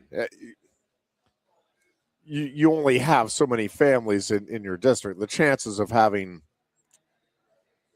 5 great basketball players come through in the same year is pretty much zilch in a small town. Whereas, again, if you're a private school and you get a great coach that comes in, you're going to have top tier folks move in from maybe even bigger districts to, yes, we want this opportunity. I also do think that there are too many classes in football and basketball. 4 to me was the right number. 6 is just, again, to me, just one person's opinion. I just think it's too many. I also do like the idea. I like the idea of you're the state champion in the boundary school. You're the schools. You're the state champion in the non-boundary schools. I like the idea of then let's have one more week afterward. Well, then that defeats the purpose. And let those teams play for the quote-unquote ultimate championship. And in particular, and this is where if you don't do it in football or basketball, okay, as far as it goes. I mean, I don't think it's absolutely necessary, but I'd be okay with, let's just give those teams the opportunity. Maybe that doesn't work. Again, I haven't sat down and looked at, the impact on we're already into basketball season by the time, the last 3 weeks of playoffs. So maybe we bag that, but I like the idea of having just one game between the champions. Gotcha. But not necessary in my mind. But in some of the individual sports like swimming and wrestling and tennis, I do think you need isn't the right word. I would want a championship event where we find out who the top player in the state actually is. So the team, and I'm not exactly sure how you do it. Like in wrestling, okay, well, you have the individual championships, let everybody in. Well, yes, but if you then keep the team score, right, a Bishop McCourt is going to beat any of the public schools at every time because, yeah, you have Jax Forrest and Bo Bassett and Keegan Bassett. And, well, there's no public school that's going to be able to, or at least it's very unlikely that you're going to have a public school that can. But is there a chance that a wrestler from anywhere out in one of the public schools can beat any one of those individuals, at least theoretically? Yes, right? So, and same thing with tennis. Like, yeah, there's going to be a team. If you're a non-boundary school, you're going to have more of the top tier tennis players. But I hear what you're saying. I want to see whether or not, who the actual best player in the state. And I'm not exactly sure.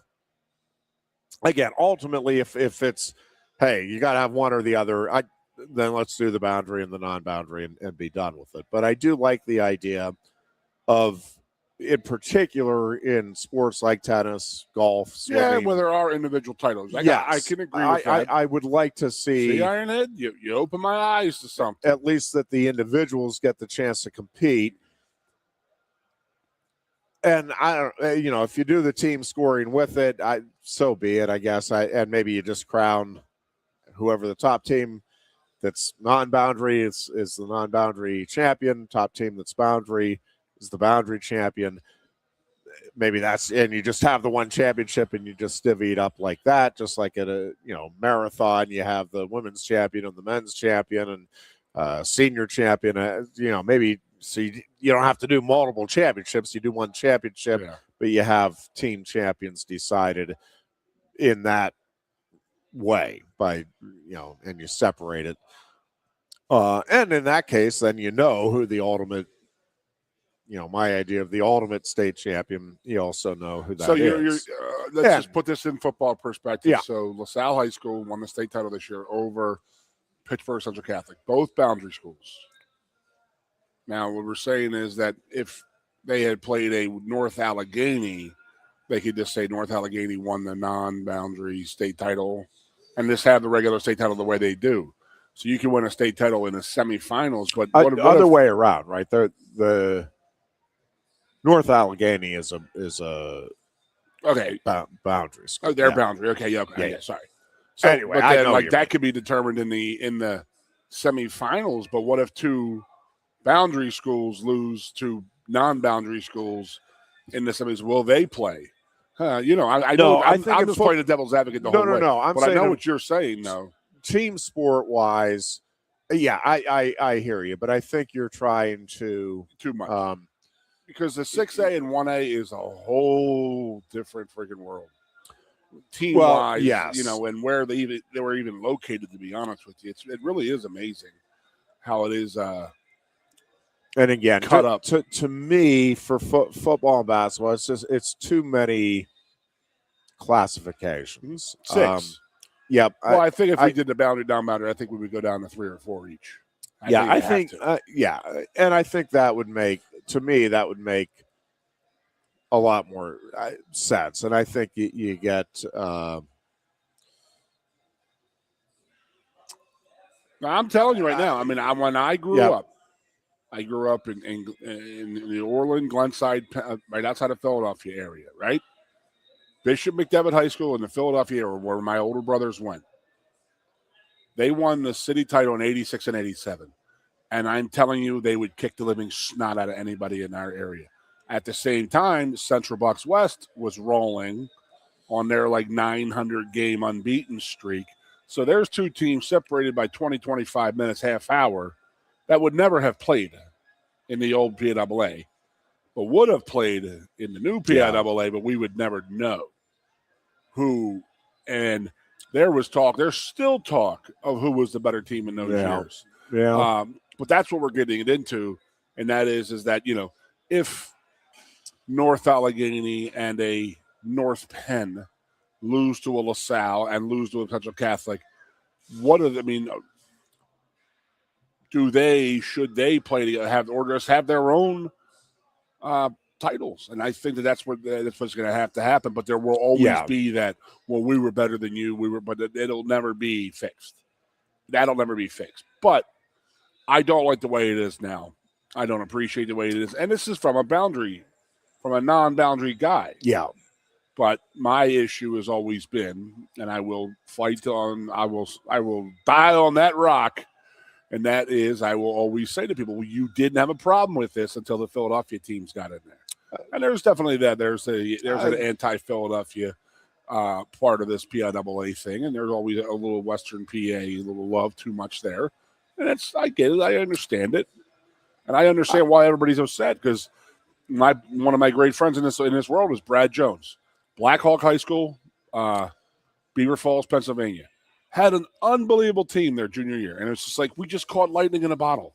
We had like 6 or 7 guys that were like great football players. And it's just like, it was like one of those teams.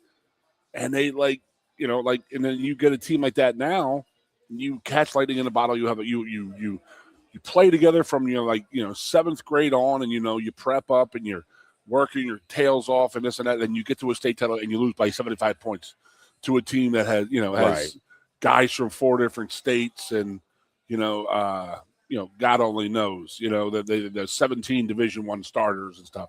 And you're supposed to be like one of these big things for you, and now you're looking at it like, wow, we lost by 75 points in a state title game. That's horrible. But that's one of the things that we need to get rid of. That should not be happening. Now, I'm on complete agreement, but as I said, we're just playing by the rules that are out there right now. So you can't fall to LaSalle, you can't fall to St. Joe's, you can't fall to Central Catholic. No, a McCourt. Yeah, the issue is not Guilfoyle.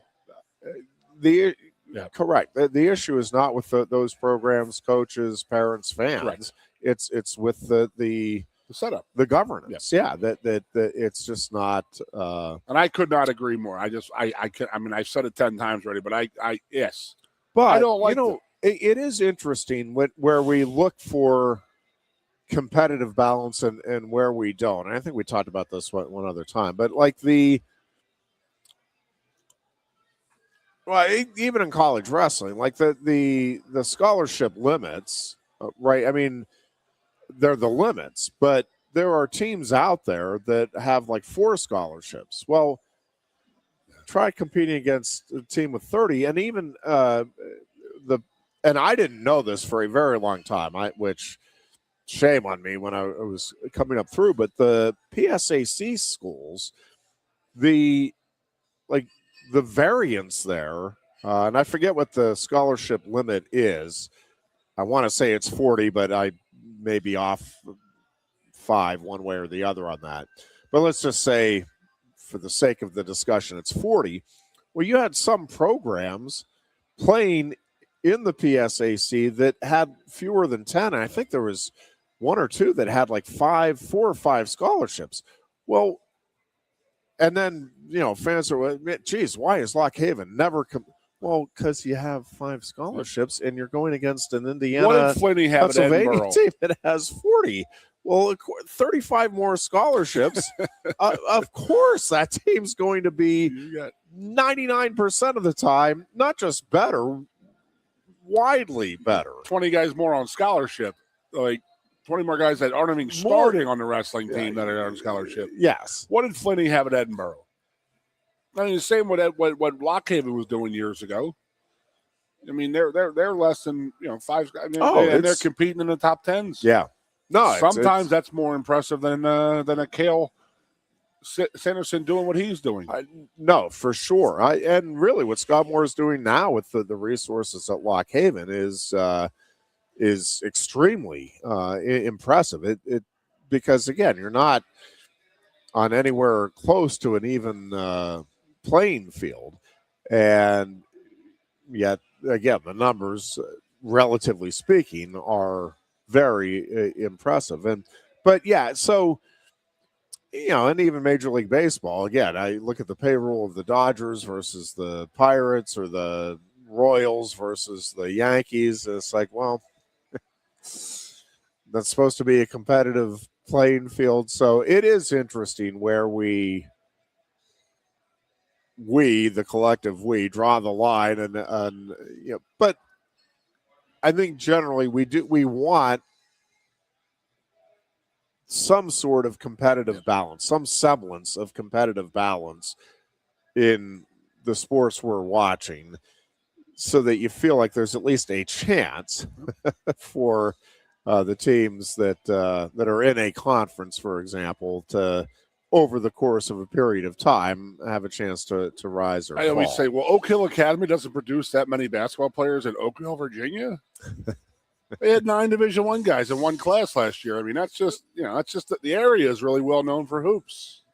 Yeah, exactly. That's what it is. Good show, good topics today, buddy. Yep, we're going to wrap it up. We will be back on Tuesday. Hope you have a great weekend. We will talk to you on Tuesday. Let's get the big dub. We are back on Tuesday. Until then, be good and be safe. You look a bit nervous, eh? Thierry, what's it like to stand in the FIFA World Cup stadium? Wouldn't you like to know? Just tell me. Come on. It's not something that you can put into words. Such a tease. You can't rush it. You will find out when it's your time. Thanks for the wisdom, coach. So, how much longer? Now go and make history, my man. Here's the World Cup you've been waiting for. Actually, the World Cup's been waiting for me. That's the spirit. Just remember who drove you here. Inspiring every step of the next legend. The official matchball carrier, proudly sponsored by Kia. Inspiration connects us all.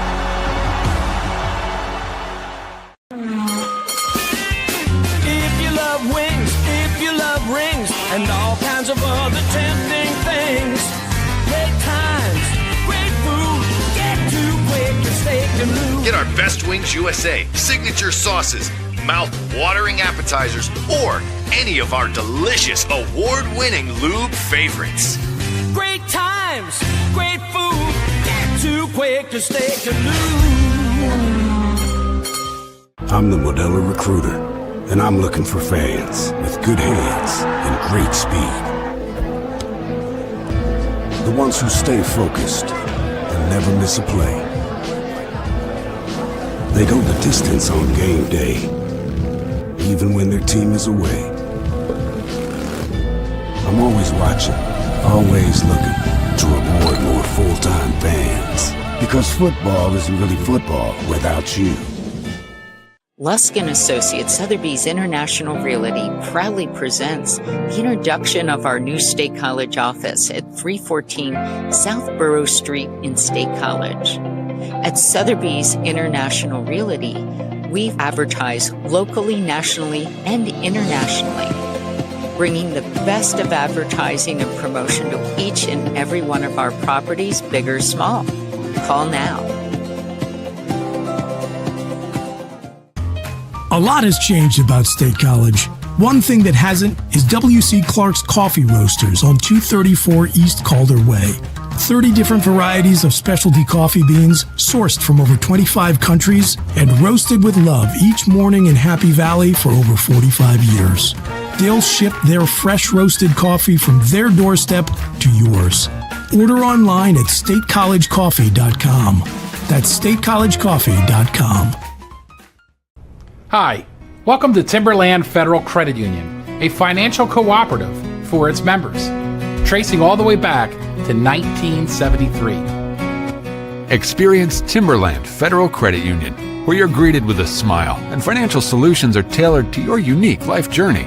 Here, we're not just financial professionals, we're your neighbors, people invested in your financial needs, literacy, and empowerment.